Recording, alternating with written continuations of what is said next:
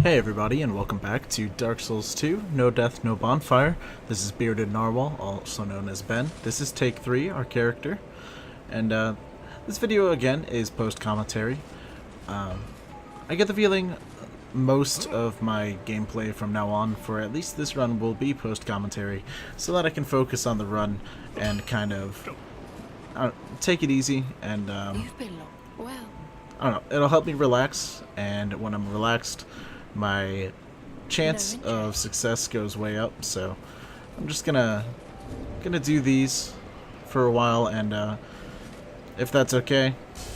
But if you prefer me to do them live commentary, then I'll go ahead and do that. But go ahead and leave a comment below if you disagree with this method. But what I do is I'm just gonna put an extra point in endurance. I think I do. Nope, strength. Okay. And since we're done with Black Gulch in this episode, the only thing left to do is go to Shaded Woods. But first we're going to do some inventory management. And by that I mean I'm going to try to upgrade at least one more weapon so that I don't have to just use my short sword and mace to get through the next couple areas, because I know I wouldn't be able to make it to Duke's Deer Freya with just 2 weapons. I mean, there's 3 boss fights on the way there, so I buy a repair powder, and that'll definitely help us out on the way there. And I get right about there when I start to think that I should probably upgrade something else. Looking at his weapons, I was thinking about buying a spear, because I didn't really have a large thrusting weapon.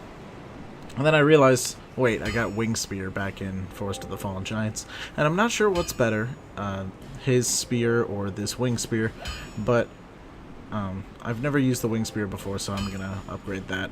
Even though my this weapon would be a lot better if my strength were a lot lower and my dex were a lot higher, but it serves me pretty well in the areas to come, so there's me practicing its attacks. And yes, all of them are thrusting attacks. I was kind of hoping for one sweep, but it's not like some of the other spear class weapons in the game. So I realized that I should spend all these souls before I leave, and instead of leveling, I buy all of her Radiant Life Gems. I believe 10 normal life gems, and then all of the throwing knives I can. And that seems silly, but I end up using a lot of those throwing knives in between now and the end of this video. So, although that might not have been the decision you made, I made it, and I'm pretty happy with it. I really like consumable damaging items in this game, especially when you can use them to pull enemies without having to switch to a bow. And once again, I don't know what's going on with my internet when I'm playing Dark Souls 2, but it's not a huge fan of staying connected to Steam while I'm recording, so I apologize for that. I would like to have a couple videos where it's completely online, but it's not looking like it's going to be able to do that for me. And we're going to talk to this guy, and I actually let him talk because I really love his accent, and I'm just going to let him. Way under's all blocked up, you see, by this god-awful statue. Heavens above. Who thought it a good idea to put it there? Oof, I'm in quite the pickle now. See that statue? Gives me the willies.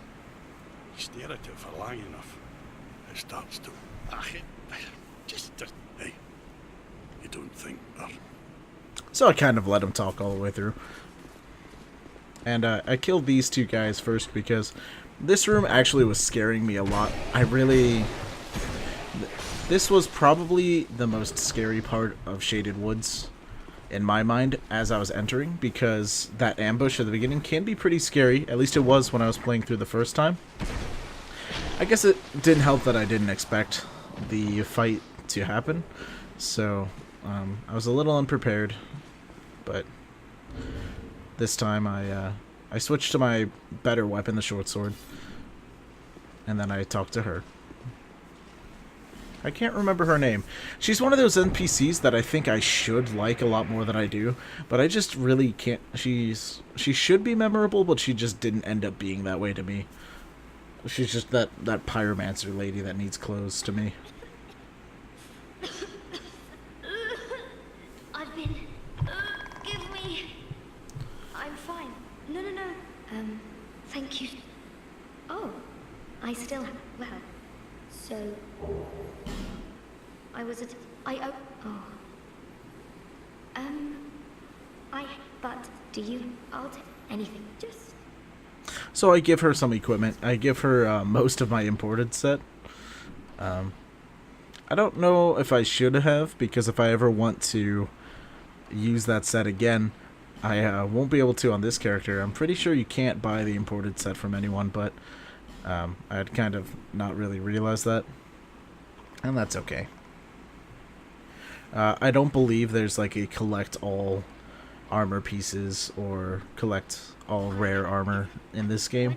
I'm kind of missing that feel where like there's a goal in collecting all boss weapons or something like that. I don't believe there's a trophy in this game that it includes that. I know there's collect all of the spells, but I don't believe equipment ever comes into that. If I'm wrong, go ahead and comment below and prove me wrong.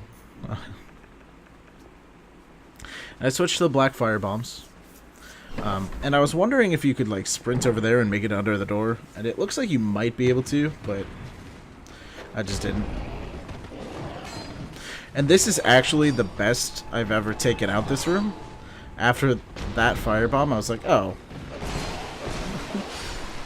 And, yeah, switch lock on short sword attacks ended up making quick work of those guys. And this, I take a second to look at the basilisk because I don't know if everyone's realized this yet, but the basilisks, those giant eyes are not their actual eyes. If you look above his mouth, those tiny dots are actually his eyes. And this game actually puts a good emphasis on that when later in the game there are basilisks that don't have those big phallic eyes. And I wonder if that's kind of like male and female basilisk. I don't know what the plural of basilisk is. Basilisks, I guess. I take out the rest of the poison ball sack men. Like, what else can that be? Is that just like a distended stomach full of poison? I'm not entirely sure, but we all know what it looks like. And I'm sorry about my camera freaking out there at the door, but nothing I can really do.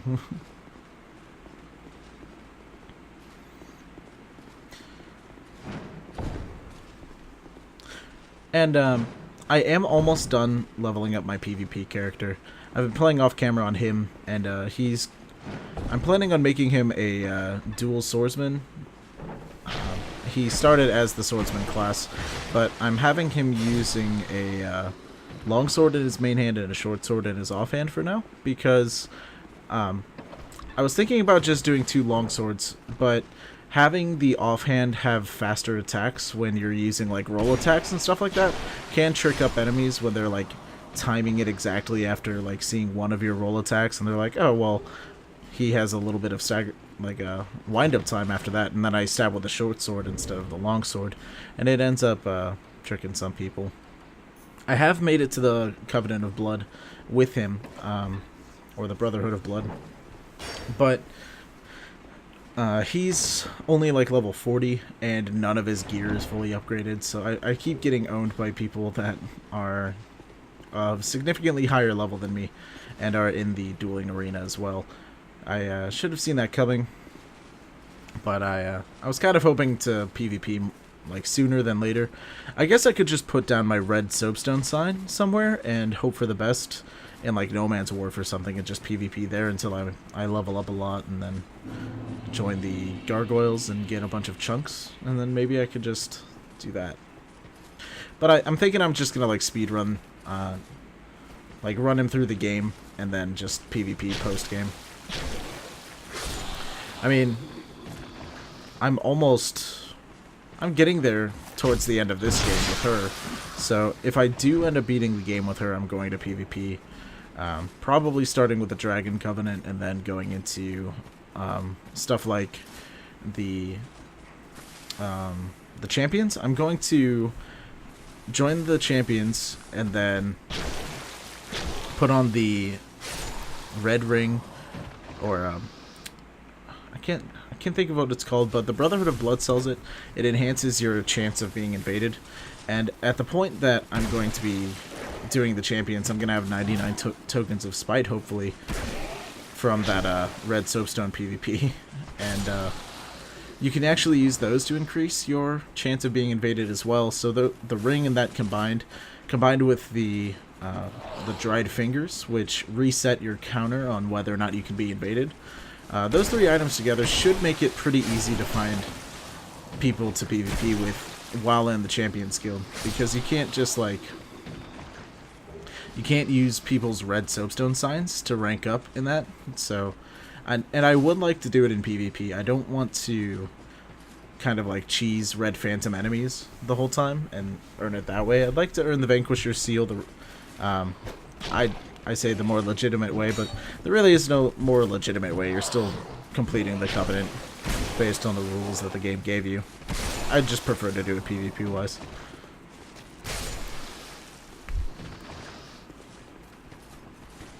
Then maybe I can like Soul Vessel her back into like a build where Fist only is like super potent. Her current build wouldn't be too bad. I mean, she has a lot of health, and basically I would just reallocate some dex to my my endurance, I would say.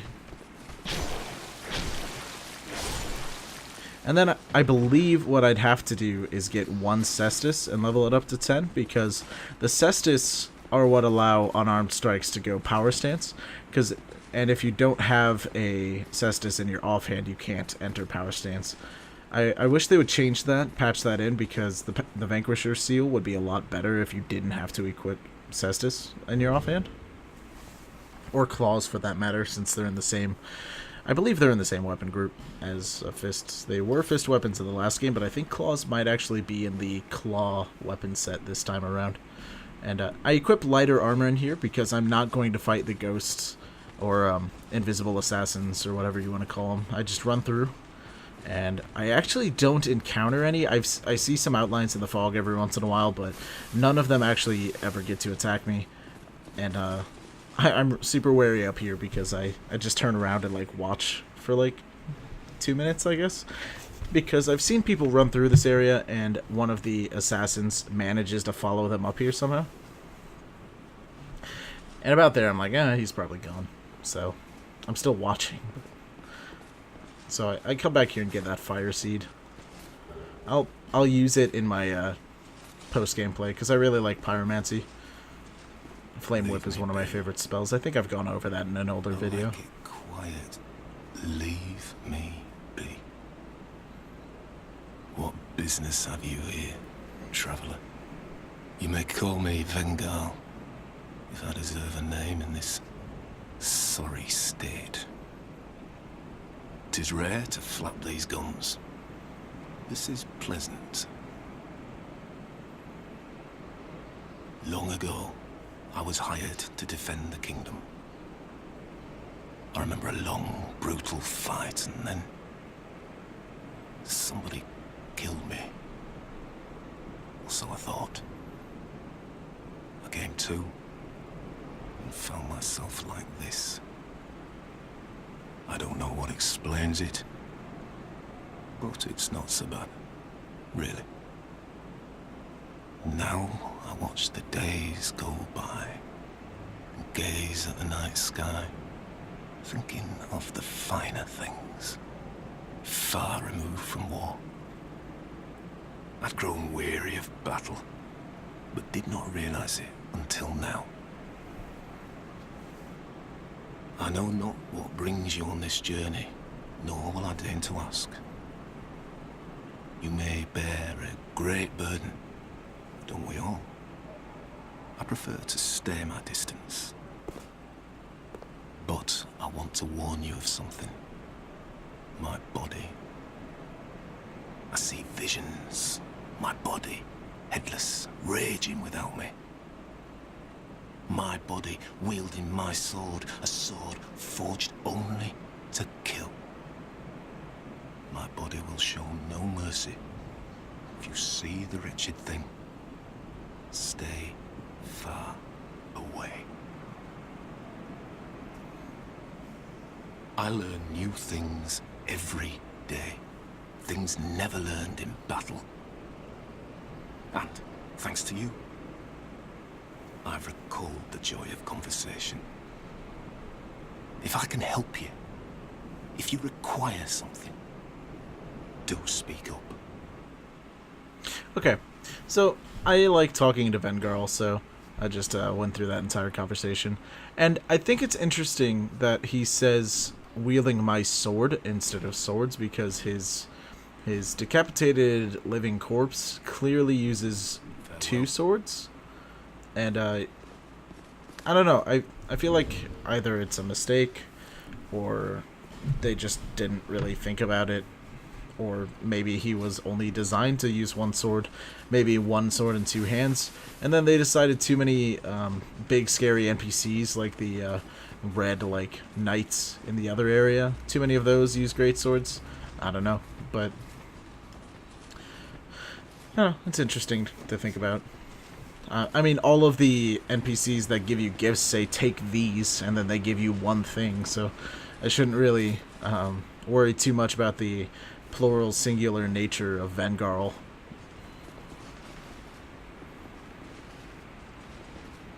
And I don't believe I switch out the skirt, the quote-unquote heavy boots, for a while, because I actually kind of like how it looks with the Royal Swordsman top and the Prisoner's Tatters helm slot. I don't know what that's called anymore, but I'm wearing it. And this is another area that I take pretty slow because I'd rather not get cursed. It doesn't affect your no death, no bonfire run, but it does make you use effigies if you ever want to summon things in. And I'd rather save effigies for Nashandra if I need them, because that's a fight I'm going to take super slow from afar with a bow. It might be a super anticlimactic ending. I may go back on my word on that and just do it hand-to-hand, because I don't want to end up rolling off the ledge, but it's definitely more dangerous to go up close to her. And that giant basilisk scares the crap out of me, even though I know it does not aggress you, but it turns at you. It's like, hey, buddy, what are you doing down there? Get him, my lion pets. Also, it's curious that the Lion Knights, or Lion Warriors, I guess, that their weapons deal curse as well. So, I mean, that has to be intentional, but I wonder why. I mean, they're just creations of the Duke as well, right?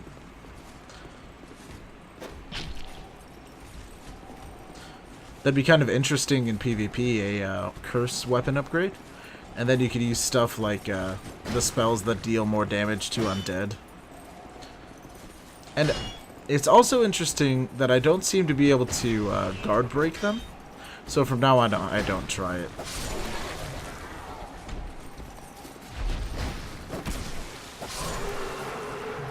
And that's like really the first time I noticed how loud they roar. And I mean, they are lions as humans. Like green hollowed out lions. Beautiful. And if you haven't played through this area yet and you're watching this video, you are going to get quite a bit of spoilers, but that's kind of par with the course for this kind of video. But the laughing jars are, I mean, the laughing jars. It kind of gives away what I was going to say. I was going to say the laughing you hear are the curse jars around the area. You might have already experienced them in Huntsman's Copse, but they're definitely not as prevalent in the game as they are here. And it's super annoying how often you'll find them here. And the ring of restoration seems to be affecting me a lot more when I have a lot of health, and I think that might be due to the fact that it's a percentile heal and not a flat like number heal, which kind of makes it great, especially on like a tanky build. I might be using it to invade later, because when you're invading you can't heal obviously, but this ring still affects you. So if you ever get like 3-manned and you really need to heal, I mean, it's kind of a coward strategy, but you could hide out and let this ring heal you up in between volleys with them. I've actually used that one more than once. But when it's 3v1, it's kind of like, who cares, right? If you win, you're happy no matter how you did it, especially when they're all healing and you're a red invader. I wish I was recording the other night, because when I started practicing PvP on my other character, because I invaded someone and it was the first time I had ever seen a blue sentinel actually spawn for someone. And this is embarrassing. I don't get this crystal lizard. In fact, I don't think I get like any of the crystal lizards I go for in this video. But yeah, I'm bad. But the first time I had ever seen a blue sentinel, yeah, and I ended up killing him and his host, and that feels great, but the victory was kind of taken away from me a little bit because the host didn't try to help his blue sentinel at all. He just like ran away and let his blue sentinel try to take me on, and I ended up killing the blue sentinel, and then I just chased him down and killed him too. If he had helped out his friend, then he would have like, I don't know, succeeded? Eventually, it was at the peak of this madness that he conjured up we. Our master was eventually, in the end, what it was. Nobody knows or where our master has gone. The only ones who even speak a human tongue. Once, I always felt her at my side. She became, eventually, and we have been. We seem to be at a step. I will be sure to. The path. My name was Tark. The past.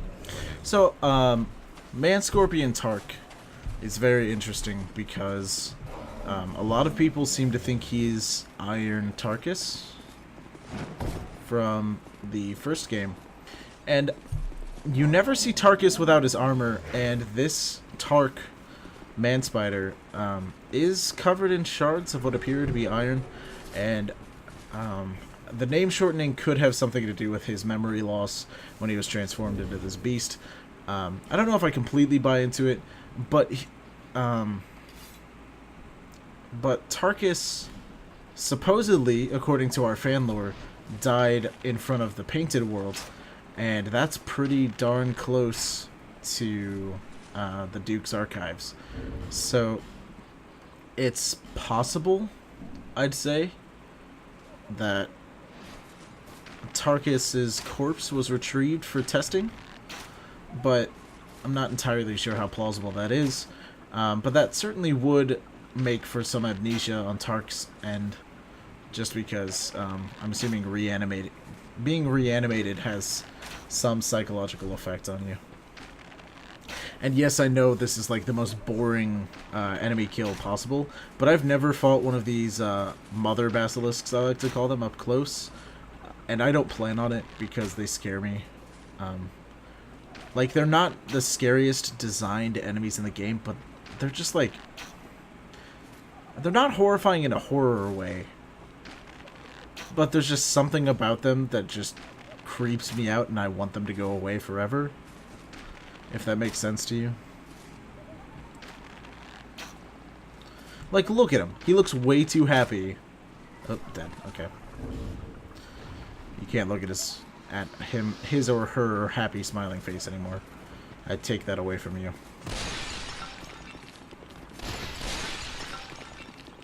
And I do check a lot of a lot of chests in this, just because I pretty much know that they're not mimics, but I don't want to take the chance that I've just forgotten entirely where one of the mimics are. And I do think it's interesting that the Basilisk drop Petrified Dragon Bones, because I don't know if basilisks drop random upgrade materials, but I think it's certainly interesting to note that if the big ones only drop petrified dragon bones, that the basilisks are connected to the ancient dragons. That's interesting to consider, because basilisks can petrify you, and the ancient dragons are stone scaled. So that's kind of a wide stretch of lore to consider, but I don't know, it's just one of those connections that I like to make to myself. Pretty sure it's inaccurate, but whatever. And at this point, I'm really liking the wing spear, mostly because the spear and halberd pickup backstab animations are really great, especially since I'm pretty sure the crit damage is pretty high. And I wasn't sure why that broke. It's probably because I hit him with a dagger while he was on top of it. Also, that was the first time they had ever hit me with a swing, and it's pretty scary because they do a lot of damage. And backstab. Oh, that pickup is so nasty. I believe I pop a life gem here, or do I just rely on my healing? I think for now I rely on my healing. Yeah. Yep, checking that one as a mimic as well. I believe this is Twinkling Titanite? Nope, Petrified Dragon Bone. So that means I can upgrade my bow now. I'm pretty sure I have enough for it. If I got 2 Petrified Dragon Bones, I should at least be able to make it level 2. There's a free life gem. I do end up using one. Not fast enough. And I never noticed this little path up here. I'm not entirely sure what use it could have, but I end up walking up just to see. Excuse me, I yawned. I don't know if you could hear it. And another backstab. I'm playing through like this is Dark Souls 1 Undead Burg all over again. Lion Clan Shield. That's actually an item I've never gotten before. I'm not entirely sure on the stats, but I'm pretty sure that it's not going to be 100% block, so it's not a huge deal. And that broke again. Like, I'm not sure what was happening with all of the like wooden floorings, but they all just kept breaking on me, even though I wasn't standing on them. So we're going to go up and fight Quelaag Part 2, The Reckoning, starring Man Scorpion Iron Tarkus. And yeah, it's not Quelaag, but it's pretty much Quelaag 2.0. We need a new boss. Well, do you have a naked chick attached to a animal body yet? No? Make it a scorpion. Alright. And I love that you can summon him, because he's not human shaped, like entirely at least. I don't know if that, I'm pretty sure in Dark Souls 1 there's no enemy. There's no ally summon that's just like either half beast or full beast. Oh, there's Sif. You can summon Sif. Never mind. But I like just human with weapon summons, because as you can see, Man Scorpion Tark can attack with his claws and with his spear. I'd rather him just keep attacking with his claws, because his torso is so far back on his scorpion torso, his range is actually very limited. I believe he does more damage with his spear. Yeah, looks like it definitely, but it's slower. So, and I'd take her pummeling him as an opportunity to just wail on her for a little bit, and I do get a stagger in there, which is nice.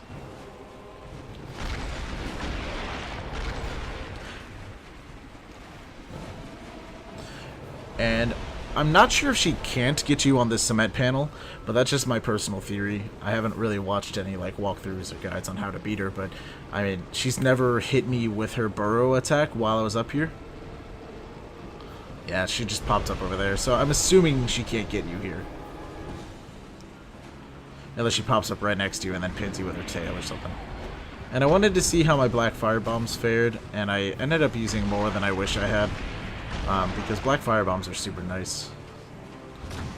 And I'm not entirely sure what happened with that big damage spike there. I believe Tark hit her at the same time I hit her, and the... Let's see, I waste one. And the damage just kind of blended.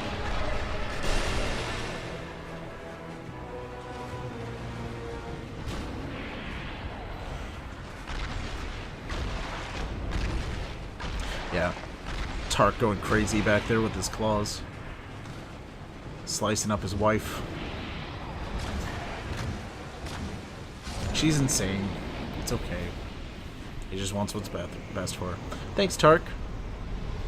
Have a nice night, Tark.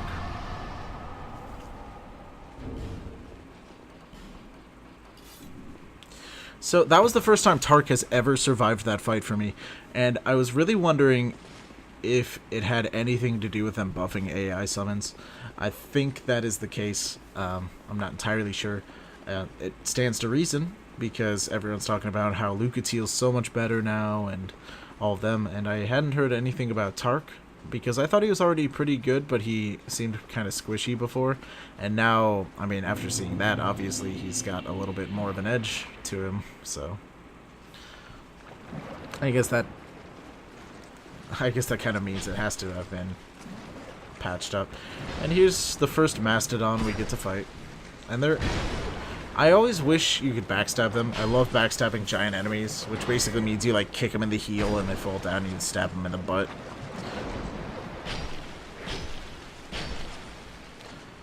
Also, I love how they Great Shield Smash. Feels good. There's so many, like, I complain often about the invariety in combat, and that's just because I wish there were some non-humanoid style attacking units. I don't even care if they're just, like, I don't even care if they're humanoid. I just want them to, like, not just use, like, a weapon and a shield. Like, I think it would be super cool if the Mastodons didn't hold any weapons and would simply, like, maul you to death, right? That'd be scary if it was, like, a humanoid that was, like, trying to punch you, and if he gets down past half health and he just, like, gets down at all fours, blows his trunk, and tries to gore you. I'd be terrified. And then there's, like, one waiting down a hall, and if you get close enough, it does it to you. Ugh. And I'm not sure about these guys. I'm not entirely sure why all of them that you see are always facing away from you. But maybe it's just a trope they put in. And I'm still unsure about mimics, even though I hit that one while stabbing through that guy. And I know there's a mimic downstairs. I just don't go for it. I'll just go back through, run through, get the dark set. It's okay. And I forgot I didn't talk to Gavlan in Earthen Peak, and that's okay. I'll go back and get him as well. I was kind of disappointed. He's a fun character. I like wheeling. He likes dealing. And I'm never quite sure at what range he can throw these axes, so I retreat way farther than I should have. I was like, oh, well, I'm fine. And then that one goes less distance, but I almost get hit by it because I roll in too close. And I love that guy, instead of running in to pick up his axes, just tries to fisticuffs you to death. So it's like, oh, it's me back and forth with the fallen giants. But I'd actually deal damage if I were him. And I get his great axe. So if he was holding a great axe that whole time, I'm not entirely sure why he tried to fist me. And that's another example of a crystal lizard that's just kind of like boop off a ledge. And I'm really glad that crystal lizards are immune to fall deaths, because that would suck super hard if they fell off a ledge and then just died, but they died in an abyss, so you can never get their materials again. As of right now, even though I missed him, I could just come back later and kill him. If I use a bonfire after game, and then, yeah. Using a bonfire on take 3 is going to be the most satisfying thing ever after this playthrough's done. Let me tell you. Even if she dies, she'll probably be the character I use for PvP for a long time. My current character for PvP is named Bearded Narwhal, so if you are dueling in the Brotherhood of Blood right now, and you face Bearded Narwhal and you kick his ass, that's me. So, yeah. Hopefully, I mean, I'm not bad at PvP, I went in super unprepared gear-wise, and I got myself smoked, so it's okay.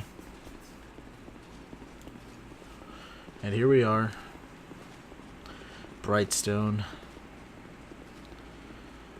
Brace yourself, spiders are coming. And pigs. And village miners. At a random church. Saldora. And I run in here a little bit, and I break some pots. Go over here, kill some of the miners. Realize my wing spear is not as strong as I thought it was. It's all good times. I like they come out at least one at a time at first. It's pretty polite of them to think of me that way. But it is at risk. And no backstab. Totally thought I got this guy with a backstab. That's right. And look at that guy. What is that? They can't have ragdoll physics, but they can have people, like, humping their way through the earth. I want ragdolls back. Give them to me. Still on the ground.